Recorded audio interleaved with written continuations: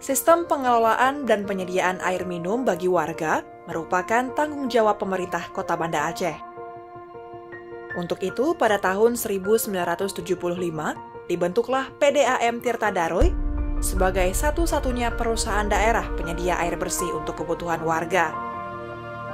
Dengan memanfaatkan Krung Aceh sebagai sumber air, PDAM Tirta Daroy harus memastikan agar kualitas, kuantitas, dan juga kontinuitas air bisa dikelola dengan baik. PDAM Tirta Daroy Kota Banda Aceh bekerja 24 jam dengan menggunakan jaringan distribusi yang ada. Namun pada daerah-daerah tertentu dengan sistem perpipaan yang belum sempurna, maka distribusi air pada jam puncak pemakaian belum bisa dilakukan secara maksimal.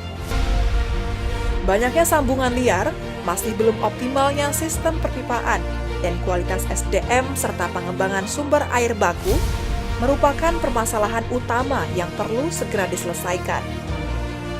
Untuk itu, PDAM Tirta Daroy terus melakukan berbagai upaya perbaikan, baik dari aspek teknis maupun manajemen organisasi.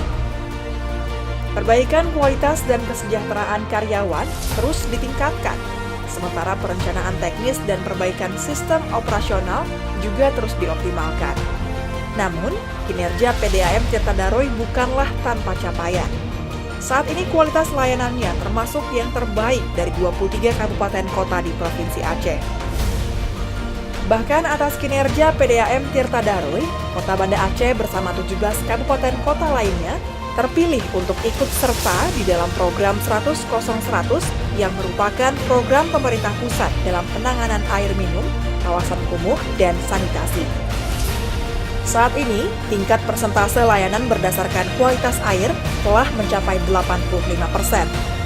Sedangkan untuk kuantitas aliran berada di angka 78% dan pada aspek kontinuitas aliran sudah mampu dirasakan oleh 90% pelanggan.